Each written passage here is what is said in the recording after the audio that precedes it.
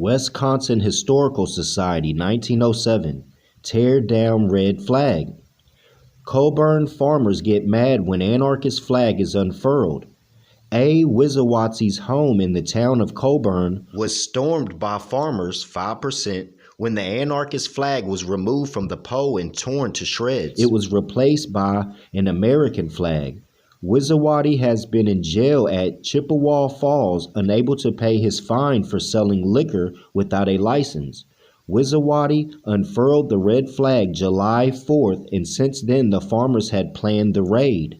Tangier awaits Kaiser. Tangier, Morocco, March 30th. Preparations are complete for the reception here of Emperor William.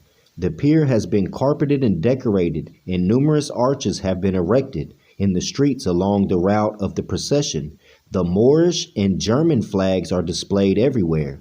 So in Tangier, it was the Moorish flag. Like right now, they say the Moroccan flag or whatever, but it's the Moorish flag. But the Moorish and German flags were displayed. The garrison, newly uniformed today, rehearsed its part in the reception under Cadi Sir Harry McLean. And we did a demonstration about him, and I believe that's who's sitting with the Moorish Minister of War in the 1901 Moorish Mission Catalog. But we also read that the Moorish didn't recognize a Cadi because it was under the British. The natives are very enthusiastic over the welcome to be given the German emperor. Emperor William will land at 8 o'clock and will be received at the mole by Abdul Makek, a Moorish deputation, representatives of the diplomatic corps, and members of the German colony. He will then proceed to the palace, which has been placed at his disposal by the Sultan. After a few minutes' rest, he will drive to the Martian Plateau, where tea in the Moorish fashion will be served in a tent sent by the Sultan. And Abdul Makek will read a letter from the Sultan bidding the emperor formal welcome and present the Sultan gifts. This ceremony will be followed by a military fantasia and march past the garrison of Tangier. The city is filled with visitors tonight and presents a picturesque appearance. Many foreigners are here, and Berbers belonging to neighboring tribes are arriving in large numbers. With my loquacious Moor, noble, I pushed my way along past booths and stalls until I came to a whitewashed structure with a white flag floating over it that stood near the middle of the marketplace. It was a roofless place about 15 feet square and something like a little sheepfold, but having higher walls.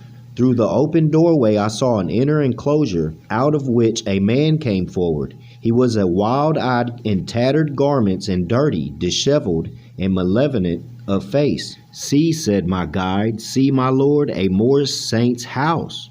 Look at the flag." He said the flag was white, so is this before the bloodshed?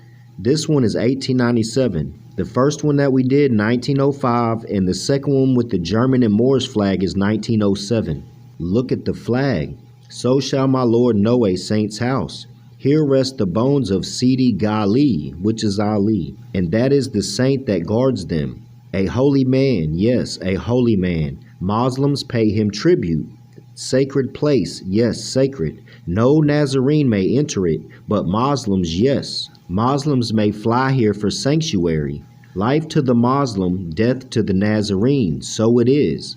My soldier was rattling on in this way when I saw coming in the sunlight down the hillside, of which the Soko is the foot, a company of some 8 or 10 men, whose dress and complexion were unlike those of the people gathered there. They were a band of warlike persons, swarthy, tall, with heads clean shaven. And I always read, man, they say that Moors would have their head shaven from a baby until they transition. You know what I'm saying? And also, Michael Jordan, Chicago, North Carolina, hair bald, entertainer like a circus acts and stuff, man. I'm telling you, when you take the Hajj to Mecca or whatever, man, they shave your head, trying to have you be like a Moor.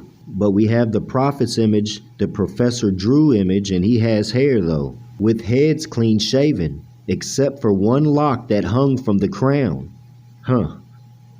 Immediately I think of the guy on YouTube that is a conscious, whatever he is, I don't know what he is, man. But if this is Moorish, then he's stupid because he was talking mad stuff about Moors. Or they might have brought him to somewhere that ain't even a Moor, but he said Nazarenes can't even enter. each carrying a gun with barrel of prodigious length upon his shoulders, and also armed with a long naked Riphian knife stuck in the scarf that served him for a belt. They were Berbers, the descendants of the race that peopled Barbary before the Moors set foot in it. Between whom and the Moors, well, the Berbers are the Moors anyway. Between whom and the Moors there is a long continued suppressed but ineradicable enmity. From their mountain homes these men had come to the town that day on their pleasure or their business, and as they entered it, they were at no pains to conceal their contempt for the townspeople and their doings. Okay, so these are the Moors that didn't sell out. The ones in the towns are the ones that's under protectorates and they like being colonized. Because later on, they would start to keep them up in the mountains and there'll be a mile-wide guard of people on horses trying to keep them from coming down. Meanwhile, all the people in the town are colonized, they liking it and all that shit. So honors to these Moors. Swaggering along with long strides, they whooped and laughed and plowed their way through the crowd over bread spread out on the ground, and the people fell back before them with muttered curses until they were come near to the saint's house, beside which I myself and my guide were standing. Then I saw that the keeper of the saint's house, the half-distraught man whom I had just observed, was spitting out at them some bitter and venomous words. Clearly they all heard him, and most of them laughed and pushed on. But one of the number, a young Berber with eyes of fire, drew up suddenly. Damn, he's about to kill this brother, man. And made some answer in hot, rapid words. The man of the saint's house spoke again, showing his teeth as he did so in a horrible grin. And at the next instant, almost quicker than my eyes could follow the swift movements of his hands, the Berber had plucked his long knife and plunged it into the keeper's breast. I saw it all. The man fell at my feet and was dead in an instant. In another moment, the police of the market had laid hold of the murderer, and he was being hauled off to his trial. Come, whispered my guide, and he led me by shortcuts through the narrow lanes of the Kasbah. So what do y'all think, brothers and sisters? You think the one they was calling a saint was actually a Jew because he had a white flag? You know what I'm saying? That one wasn't red. And I mean, those Moors they wasn't bothering him. It was his red flannel. You know what I'm saying? And he was talking about death to the Nazarenes or whatever like that. He was saying he's a Moorish saint. Noble Ali has in the Circle 7 that you don't really look at people with scorn because they are working out the same life sums that you are. And some of them have solved much harder sums than you have solved.